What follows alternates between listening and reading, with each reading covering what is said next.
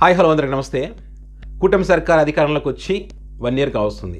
ఈ 1 ఇయర్ కాలంలో ఏం సాధించింది, ప్రజలకు ఏమైనా మేలు జరిగిందా, వీళ్ళు మంచి ప్రభుత్వం అంటున్నారు కదా అని ఎవరైనా క్వశ్చన్ వేసుకుంటే, ఎవరైనా ప్రశ్న వేస్తే దానికి ఆన్సర్ ఎలా ఉంటుందో మీ అందరికీ తెలుసు. అయితే ఈ 1 ఇయర్ పాలనకు సంబంధించి మరి కామన్గా మనము 100 రోజులు 200 రోజులు 1 ఇయర్ ఇట్లా ఆ పాలనకు సంబంధించి ఒకసారి ఏం జరిగిందనే దానికి సంబంధించి ఒక చర్చ అయితే సాధారణంగా జరుగుతుంది. మరి కూటమి ఈ 1 ఇయర్ పాలనకు సంబంధించి చర్చ ఇప్పుడు జరుగుతుందా? జరగడం లేదు. ఎందుకంటే కూటమి అధికారంలోకి రావడానికి ఏవైతే హామీలు సూపర్ 6 అని కానీ అనేక అంశాలు కానీ జగన్మోహన్ రెడ్డి మీద చేసినటువంటి ప్రచారాలు కానీ వీటన్నిటిలో ఇప్పుడు సక్సెస్ అయ్యి అధికారంలోకి వచ్చారు. ఈవీఎంల విషయం పక్కన పెడదాం, ఎందుకంటే మన దాని దగ్గర ఆధారం లేవు కాబట్టి వీళ్ళ సక్సెస్ఫుల్గా అధికారంలోకి వచ్చారు. మరి వచ్చిన తర్వాత వీళ్ళు ఏదైనా అమలు చేస్తూ ఉన్నారా, ఏమైనా సాధించారంటే ఏం లేదు. అయితే ఇక్కడ ప్రధానంగా సూపర్ 6 సంబంధించి ముఖ్యంగా తల్లికి వందనానికి సంబంధించి, రైతు భరోసాకు సంబంధించి, వీళ్ళు అన్నదాత సుఖీభావ అంటున్నారు కదా, ఫ్రీ బస్సుకు సంబంధించి, ఆడబిడ్డ నిధులకు సంబంధించి కానీ ఇట్లా కొన్ని అంశాలు ఉన్నాయి. వీటికి సంబంధించి ప్రధానంగా మరి ప్రశ్నించేటువంటి అవకాశం ఉంటుంది 1 ఇయర్ పాలన సందర్భంగా అనే ఒక ఆలోచన ఈ కూటమి చేసింది. కాబట్టి దానిపైన చర్చ జరగకుండా గత నెల రోజులుగా జరుగుతున్నటువంటి ఒకే ఒక అంశం ఏంటంటే ఏపీలో అతిపెద్ద లిక్కర్ స్కామ్. ఇందులో జగన్మోహన్ రెడ్డి ఉన్నారు. తాడేపల్లి ప్యాలెస్, వాళ్ళు ప్యాలెస్ అంటారు కదా, తాడేపల్లి ప్యాలెస్లో 24/7 280 మిషన్లు 900 మంది పనిచేస్తారు కౌంటింగ్ చేయడానికని వీళ్ళు పెద్ద ఎత్తున ప్రచారం చేశారు. సో దానికి సంబంధించి ఏ పత్రిక అయినా ఏ మీడియా అయినా మొత్తం దీనికి సంబంధించే చర్చ జరుగుతూ ఉంది. దీనికి సంబంధించి సాక్షి పత్రికలు, సాక్షి మీడియాలో కూడా కేవలం ఈ లిక్కర్ స్కామ్ జరగలేదు తప్పుడు ఆరోపణలు వీళ్ళు చెప్పేటువంటి ప్రయత్నంలో వీళ్ళు ఉన్నారు.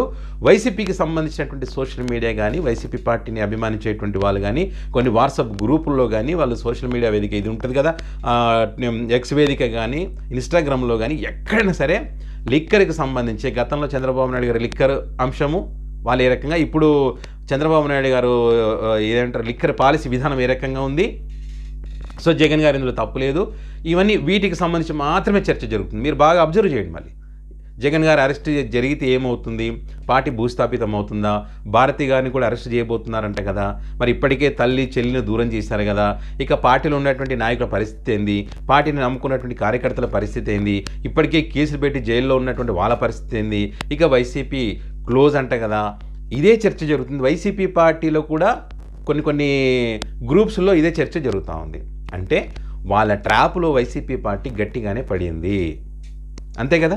మరి 1 ఇయర్ పాలనకు సంబంధించి ప్రతి నియోజకవర్గంలో మరి వీళ్ళ వైఫల్యాలకు సంబంధించి ప్రశ్నించాల్సినటువంటి సమయం, ఆ పని వీళ్ళు చేయాల్సినటువంటి సమయం వచ్చింది ఇప్పుడు. కానీ చర్చ ఏం జరుగుతుందంటే జగన్ అరెస్ట్ అని జరుగుతుంది. ఇప్పుడు ఫర్ ఎగ్జాంపుల్ తిరుపతి చూసుకోండి. తిరుపతిలో భూమన అభినయ్ రెడ్డి గారు ఉన్నారు. ఆయన మొదటి నుంచి కూడా ఈ కూటమి యొక్క వైఫల్యాలను వినూత్నంగా అక్కడ ప్రజలకు తెలియజేసేటువంటి ప్రయత్నం చేస్తూ ఉన్నారు. ఇప్పుడు పవిత్ర పుణ్యక్షేత్రమైనటువంటి ఆ క్షేత్రంలో మరి 24/7 మద్యం అమ్ముతూ ఉన్నారు. ఉదయం 5 గంటలకి మద్యం దొరుకుతూ ఉంది.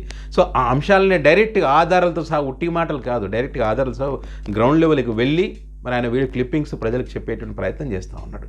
గతంలో కూడా మరి కూటమి ఏ రకంగా పథకాలు అందజేస్తూ ఉంది ఇప్పుడు 1 ఇయర్కి ముందు, అంటే ఒక నెల క్రితం 1 ఇయర్ కాబోస్తుంది కదా, మీకు ఏమైనా అందాయా, జగన్ గారు ఎంత ఇచ్చారు మీ కుటుంబానికని ఒక కుటుంబాలను కలిసి ఆ వివరాలను కూడా మరి ప్రజలకు చెప్పేటువంటి ప్రయత్నం భూమన అభినయం చేశారు. అప్పుడు మరి ప్రతి నియోజకవర్గంలో కూడా ఈ రకంగా చేయాలి కదా. అంటే మీరు ఇప్పుడు ప్రజలకు సంబంధించింది కదా, ఇది ప్రజలు పడుతున్నటువంటి ఇబ్బందులకు సంబంధించి మరి మీరు ప్రశ్నించాల్సినటువంటి అవసరం ఉంది కదా వైఎస్ఆర్ కాంగ్రెస్ పార్టీకి. ప్రతి నియోజకవర్గంలోకి వెళ్ళాలి, ఆ నియోజకవర్గంలో ఇచ్చినటువంటి హామీలకు సంబంధించి అడగాలి, సంక్రాంతి వరకు రోడ్లు వేస్తామన్నారు, రోడ్లు వేసారని దానికి సంబంధించి అడగాలి, అదేవిధంగా డిఎస్సికి సంబంధించి అదేవిధంగా డిఎస్సికి సంబంధించి అభ్యర్థుల యొక్క స్థితిగతులు ఏంటనేది దానికి సంబంధించి అడగాలి, నిరుద్యోగ వృత్తికి సంబంధించి, ఆడబిడ్డ నిధికి సంబంధించి డైరెక్ట్ చంద్రబాబు నాయుడు గారు లేదని చెప్తా ఉన్నారు. ఆడబిడ్డ నిధి ఎత్తేసారు కంప్లీట్గా. సో ఏమన్నా మిగిలి ఉంటే, మా పాలనలో పేదవాళ్ళు లేరు, మేము తీసుకునే నిర్ణయాల వల్ల ఏమైనా మిగిలి ఉంటే కనుక P4కి అనుసంధానం చేస్తామని చెప్తా ఉన్నారు. ఇట్లా అనేక రకాల, ఒకటి కాదు రెండు కాదు, అనేక అంశాలు ఉన్నాయి, లా అండ్ ఆర్డర్కి సంబంధించి ఉన్నాయి. సో ఇట్లా చాలా ఉన్నాయి ప్రశ్నించడానికి. కాబట్టి కొన్నిటికే పరిమితం అవుతోంది వైఎస్ఆర్ కాంగ్రెస్ పార్టీకి. ఈ మధ్య కాలంలో అయితే కేవలం లిక్కర్ కేసుకు సంబంధించి ఎక్కువగా పరిమితమైనటువంటి పరిస్థితి. అంటే 100% కూటమి ఏదైతే అనుకుందో ఈ 1 ఇయర్ పాలనకు సంబంధించి చర్చ జరగకూడదని చెప్పి అందులో వాళ్ళు సక్సెస్ అయ్యారు. వాళ్ళ మీడియాలో అదే చర్చ, వాళ్ళ పత్రికలో అదే చర్చ, ఇక్కడ వీళ్ళ మీడియాలో అదే చర్చ, వీళ్ళ పత్రికలో అదే చర్చ, వీళ్ళ సోషల్ మీడియాలో అదే చర్చ, వాళ్ళ సోషల్ మీడియాలో అదే చర్చ. మరి వీళ్ళ జగన్ గారిని అభిమానించేటువంటి వాళ్ళు కూడా వాళ్ళు ఏదైనా గ్రూప్స్ ఉంటాయి కదా, ఆ గ్రూపుల్లో కూడా ఎప్పుడు అరెస్ట్ అంట, 28కి అరెస్ట్ అంట, మహానాడు తర్వాత అరెస్ట్ అంట, బెంగళూరులో అరెస్ట్ అంట, రాష్ట్రపతిని కలిశారంట, అనుమతులు తీసుకున్నారంట, చంద్రబాబు వద్దన్నాడంట, భువనేశ్వరి అరెస్ట్ చేయమన్నదంట, నారా లోకేష్ మోదీకి చెప్పారంట, మోదీ గారికి గ్రీన్ సిగ్నల్ ఇచ్చారంట, అమిత్ షా గారు ఇచ్చారంట, ఈడీ వచ్చిందంట. ఇట్లా ప్రతిదీ మీరు ఎక్కడైనా చూడండి, మళ్ళీ ఇదే చర్చ తప్ప వేరేది లేదు. రాయలసీమ ప్రాంతంలో చంద్రబాబు నాయుడు గారు పర్యటన చేసినప్పుడు డైరెక్ట్ చెప్పారు ప్రజలకి, దానికి కూడా ధైర్యం కావాలి. మరి చంద్రబాబు నాయుడు ధైర్యం, ఆడబిడ్డ ఇది లేదని చెప్పేశారు. దానికి సంబంధించి ఎక్కడైనా పెద్ద పెద్ద కథనాలు కానీ డిబేట్లు కానీ నడిచా లేదు. ఆ ప్రాంతంలో ఉన్న వైసీపీ పార్టీ నాయకులు మాత్రమే ఆడబిడ్డలకు మోసం చేశారని చెప్పి ఆ ప్రాంతంలో మాత్రమే చంద్రబాబు నాయుడు గారు అక్కడ వెళ్ళి మాట్లాడారు కాబట్టి అక్కడ మాత్రమే మాట్లాడారు. రాష్ట్ర వ్యాప్తంగా ఎక్కడైనా చర్చ జరుగుతూ ఉందా? రాష్ట్ర వ్యాప్తంగా ఉన్నటువంటి మహిళలకు 1,80,00,000 మంది మహిళలకు మోసం చేస్తారు కదా, పెద్ద వెన్నుపోటు కదా ఇది. మరి దీనికి సంబంధించి ఎక్కడైనా వైఎస్ఆర్ కాంగ్రెస్ పార్టీ మాట్లాడుతూ ఉందా? గట్టిగా ప్రశ్నించాల్సినటువంటి అంశం ఇది, దాని గురించి మాట్లాడాలి. కాబట్టి వైఎస్ఆర్ కాంగ్రెస్ పార్టీ ఎంత వీలైతే అంత తొందరగా ఈ ట్రాప్లో నుంచి బయటికి రావాలి. మీ నియోజకవర్గాలలో వీళ్ళు చేస్తున్నటువంటి మోసానికి సంబంధించి ఆ ప్రాంతంలో వాళ్ళు ఇచ్చినటువంటి హామీలన్నింటినీ కూడా ఎండగడుతూ మరి ప్రజలకు తెలియజేయాల్సినటువంటి అవసరం ఉంది. ప్రజల తరఫున మీరు ఫైట్ చేయాల్సిన అవసరం ఉంది. ప్రజా సమస్యల కోసం, ప్రజలకు ఇచ్చినటువంటి హామీల కోసం, ప్రజలు వేటి ద్వారా ఇబ్బంది పడుతూ ఉన్నారో, ఏ అంశాలు ఇబ్బంది పడుతూ ఉన్నారో ఆ అంశాలన్నీ కూడా ప్రభుత్వం పైన ఒత్తిడి తీసుకురావాలి. ఒత్తిడి తీసుకొచ్చి అవి ప్రజలకు చేరే విధంగా చేయాల్సినటువంటి బాధ్యత వైఎస్ఆర్ కాంగ్రెస్ పార్టీ పైన ఉంది. 1 నెల, 2 నెలలు, 3 నెలలు, 1 సంవత్సరం పెడతారా? ఏమవుతుంది? కానీ ప్రజల తరఫున ప్రశ్నించే వాళ్ళు ఎవరు లేరు. వైసీపీ పార్టీ కాకుండా ఇంకెవరైనా ఉన్నారా? పవన్ కళ్యాణ్ గారు ఏమైనా ప్రశ్నిస్తూ ఉన్నారా? తిరుపతిలో 24 గంటలు మద్యం అమ్ముతుంటేనే సనాతన ధర్మ సంరక్షకుడు నేనే అని చెప్పినటువంటి వ్యక్తి మౌనంగా ఉన్నారు కదా. మరి ఎవరైనా ఉన్నారా? ఎవరూ లేరు. కాబట్టి వాళ్ళు ఏదైతే అనుకున్నారో అదే జరుగుతోంది.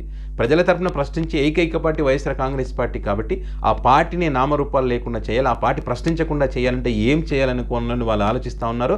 అది వాళ్ళు సక్సెస్ అవుతున్నారు. వాళ్ళ ట్రాప్లో మీరు పడ్డారు. ఆ ట్రాప్లో పడి మీరు అసలు సంగతి మర్చిపోతున్నారు. దాని నుంచి ఎంత వీలైతే అంత బయటకు వచ్చి మీరు ప్రశ్నించడం మొదలు పెట్టండి. జగన్ గారి అరెస్ట్కి సంబంధించి వాళ్ళు ఇప్పటికీ భర్జన పడుతూ ఉన్నారు. అరెస్ట్ అయితే ఏంటి, చేయకుంటే ఏంటి, చేస్తే ఎలాంటి పరిణామాలు ఉంటాయి, ఫ్యూచర్లో అది ఏ రకంగా రిటర్న్ వస్తుంది అనేటువంటి ప్రతిదీ కూడా ఆలోచిస్తున్నారు వాళ్ళు. సో ఆ అంశం పక్కన పెట్టండి. ఈ 1 ఇయర్ పాలనలో వాళ్ళు చేసింది ఏంటి, వాళ్ళ ఫెయిల్యూర్స్ ఏంటి అనేది ఖచ్చితంగా మీరు కొన్ని ఫెయిల్యూర్స్ సంబంధించి కొన్ని పాయింట్స్ అన్నిటిని మీరు రెడీ చేసుకొని ప్రజలకు చెప్పే ప్రయత్నం చేయండి.